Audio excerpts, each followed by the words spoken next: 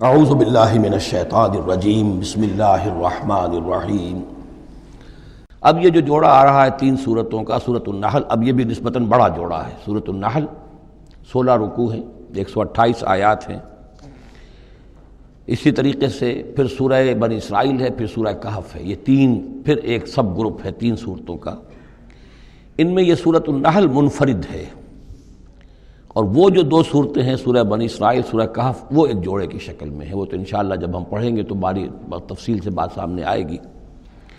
یہ سورہ مبارکہ جو ہے خاص طور پر اللہ تعالیٰ کی نعمتوں کی جامعیت کے ساتھ بیان جو ہے اس کے اعتبار سے بڑی اہمیت کی حامل ہے۔ مزاجاً گویا کہ سورہ انعام سے زیادہ مشابہ ہے، بلکہ یہ کہ سورہ روم جو ہے وہ اور سورہ نحل اس کے مضامین میں اور زیادہ گہری مشابہت ہے۔ اتا امر اللہ فلا تستعجلوہ، اللہ کا حکم آن پہنچا ہے پس جلدی مت بچاؤ۔ یعنی یہ کہ جب رسول کی بعثت ہو گئی تو گویا کہ اب وہ سارا معاملہ جو ہے وہ اب تو صرف وقت کا رہ گیا ہے کہ کتنے وقت کے بعد تم پر عذاب آئے، کب تک تمہیں مہلت ملے، ورنہ فیصلہ تو گویا کہ جب کتاب قرآن نازل ہو رہا ہے اور رسول کو ہم نے بھیج دیا ہے تو گویا فیصلہ کن وقت آ پہنچا ہے۔ اب اس میں کوئی تاخیر بس تھوڑی سی ہے، زیادہ نہیں۔ اتا امر اللہ فلا تستعجلوہ سبحانہ وتعالی عما یشرکون، وہ پاک ہے اور بلند و بالا ہے اس سے جو شرک تم کرتے ہو۔ ینزل الملائکۃ بالروح من امرہ علی من یشاء من عبادہ، وہ اتارتا ہے فرشتوں کو اپنے امر کی ایک روح کے ساتھ اپنے بندوں میں سے جس پر چاہتا ہے۔ یہ الفاظ بہت اہم ہیں۔ اتارتا ہے فرشتوں کو، حضرت جبرائیل علیہ السلام ہے کہ جو وحی لے کر آئے۔ کس پر اتارا؟ محمد الرسول اللہ صلی اللہ علیہ وسلم، علی من یشاء من عبادہ، اپنے بندوں میں سے، انسانوں میں سے جس کو بھی اللہ نے چنا اور پسند کر لیا اس پر حضرت جبرائیل وحی لے کر آئے۔ بالروح من امرہ، اپنے امر، اپنے معاملے کی ایک روح کے ساتھ، اس سے مراد وحی ہے۔ تو یہ بات اچھی طرح سمجھ لیجئے، جیسے کہ سورہ اعراف میں جو آیت آئی تھی الا لہ الامر الا لہ الخلق والامر، تو یہ 2 عالم ہے، عالم خلق، عالم امر۔ عالم امر کا معاملہ یہ ہے کہ اس میں کوئی ٹائم ایلیمنٹ نہیں ہے سرے سے۔ اللہ تعالیٰ کا جو بھی فیصلہ ہوتا ہے انسٹنٹینیس، اس کا امر یہ ہے انما امرہ اذا اراد شیئا فانما یقول له کن فیکون، اس میں کوئی ٹائم ایلیمنٹ نہیں ہے۔ لیکن عالم خلق میں وقت لگتا ہے، 6 دنوں میں آسمان اور زمین بنائے، وقت لگتا ہے۔ آم کی گٹھلی کا ایک درخت جو اس سے بننا ہے اس میں وقت لگے گا۔ عالم خلق میں وقت ہے، اس میں وقت نہیں ہے۔ اور عالم امر کی 3 ہی چیزیں ہیں صرف جو ہمارے علم میں ہیں۔ ایک ملائکہ کا تعلق عالم امر سے ہے، اسی لیے ان کو روح بھی کہا جاتا ہے، روح القدس، روح الامین، نزل بہ الروح الامین، ایدناہ بروح القدس۔ تو ملائکہ بھی روح ہے۔ پھر یہ وحی جو ہے یہ بھی روح ہے، بالروح من امرہ، یہ بھی اللہ کے امر میں سے ایک روح ہے۔ اور جو یہ نازل ہوتی ہے وحی، یہ بھی روح پر نازل ہوتی ہے۔ وحی جو حضور کو آئی ہے وہ حضور کے کانوں کے ذریعے سے نہیں، حضور کے آنکھوں کے ذریعے سے نہیں، بلکہ حضور کے قلب مبارک پر براہ راست، اور قلب مسکن ہے روح محمدی کا۔ تو جو فرمایا کہ نزل بہ الروح الامین علی قلبک، یہ تو آپ کے دل پر نازل ہوا ہے۔ تو روح محمدی ریسیپینٹ ہے وحی کی، روح الامین لانے والا ہے وحی کا، اور وحی خود بھی روح ہے۔ اور اس اعتبار سے جگر کا ایک شعر جو ہے وہ ضرور یاد رکھیے، کسی خاص ہی کیفیت میں وہ کہہ گئے، نغمہ وہی ہے نغمہ کہ جس کو روح سنے اور روح سنائے۔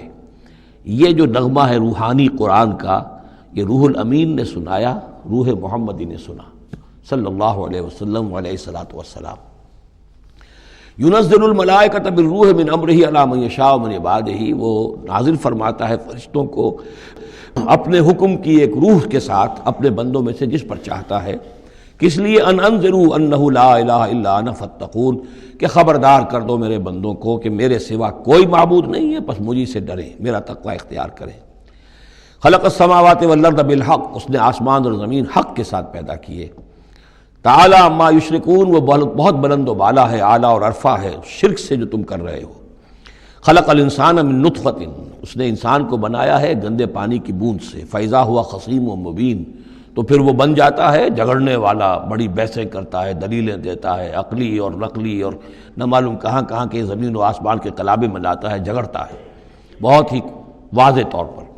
والانعام خلقہا، اور وہ اسی طرح جیسے کہ انسانوں کو اور تمہیں پیدا کیا اللہ نے، اس نے چوپائے بھی بنائے، لکم فیہا دفء، اس میں تمہارے لیے بنتی کا سامان ہے، یعنی جانوروں کے ہی بالوں سے وہ چیزیں بنتی تھیں، اون ہے اس سے کچھ چیز بنی جا رہی ہے، کمبل بنے جا رہے ہیں، تو دفن سے مراد یہ ہے، یا آگے چل کر تفصیل بھی آئے گی، اونٹ کے بالوں سے بھی، اور اسی طریقے سے جو اس کے بکری کے بال ہوتے تھے ان سے رسیاں وغیرہ بنتی تھیں، اونٹ کے بالوں سے رسیاں بنتی تھیں، تو یہ دفن ہے۔ ومنافع، اور بھی بہت سے فائدے ہیں، ومنہا تاکلون، اور اسی سے تمہاری غذا بھی ہے، اس کا گوشت تم کھاتے ہو جانوروں کا۔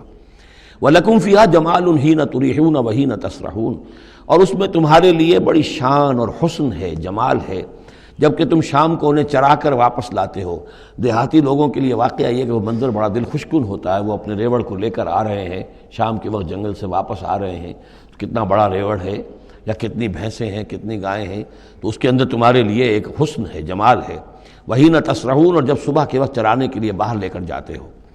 وَتَحْمِلُ أَثْقَالَكُمْ إِلَىٰ بَلَدٍ، اور وہ تمہارے بوجھ اٹھا کر لے جاتے ہیں یہ جانور ایسے شہروں تک، ایسی بستیوں تک، لَمْ تَكُونُوا بَالِغِيهِ إِلَّا بِشِقِّ الْأَنفُسِ، کہ تم نہ ہوتے اس تک پہنچنے والے مگر جان توڑ کر، یعنی آدمی کو اگر کوئی وزن لے کر جانا پڑے تو ظاہر بات ہے کہ اس کی جان ٹوٹ کر رہ جائے گی، شق الانفس، لیکن یہ کہ گھوڑے کے اوپر لادا ہوا ہے یا اونٹ پر لادا ہوا ہے، خچروں پر لادا ہوا ہے اور چلے جا رہے ہیں، ان کا بوجھ جو ہے وہ جانور اٹھا رہے ہیں۔ ان ربکم لرؤوف الرحیم، یقیناً تمہارا رب جو ہے وہ بہت رؤوف ہے، شفقت فرمانے والا اور مہربان ہے۔ والخیل، اس نے بنا دیے، پیدا کر دیے گھوڑے، والبغال، اور خچر، والحمیر، اور گدھے، لترکبوہا وزینہ، کہ تم اس پر سواری کرو۔ پھر یہ کہ اس میں تمہارے لیے زیبائش اور آرائش بھی ہے۔ گھوڑا جو ہے وہ تو بڑا حسین جانور ہے، بڑا باتمکنت جانور ہے، اس کے تو جس کے پاس گھوڑا ہوتا ہے اس کی ایک حیثیت ہوتی ہے۔ وَيَخْلُقُ مَا لَا تَعْلَمُونَ، اور یہ چیزیں تو وہ ہے جو تم جانتے ہو، اللہ تو اور نہ معلوم کتنی چیزیں پیدا کرتا ہے جن کا تمہیں علم ہی نہیں ہے، تمہیں ابھی اندازہ ہی نہیں ہے۔ وَعَلَى اللَّهِ قَصْدُ السَّبِيلِ وَمِنْهَا جَائِرٌ، سیدھا راستہ تو اللہ تک پہنچانے والا ہے، باقی اس میں سے ٹیڑھی پگڈنڈیاں نکل جاتی ہیں، یعنی سیدھا راستہ جو ہے صراط مستقیم، وہ اہدنا الصراط المستقیم، کبھی اسے سواء السبیل کہا ہے، قصد السبیل، سواء السبیل، صراط السوی، یہ تمام الفاظ صراط مستقیم، یہ ایک سیدھا راستہ توحید کی سیدھے شاہراہ ہے، اللہ تک پہنچتا ہے سیدھا راستہ۔ ومنہا جائر، لیکن اس سے لوگ مڑ جاتے ہیں ادھر ادھر پگڈنڈیوں پر۔ وَلَوْ شَاءَ لَهَدَاكُمْ أَجْمَعِينَ، اگر اللہ چاہتا تم سب کو ہدایت دے دیتا، تم سبھی کو سیدھے راستے پر چلاتا۔ صدق اللہ العظیم۔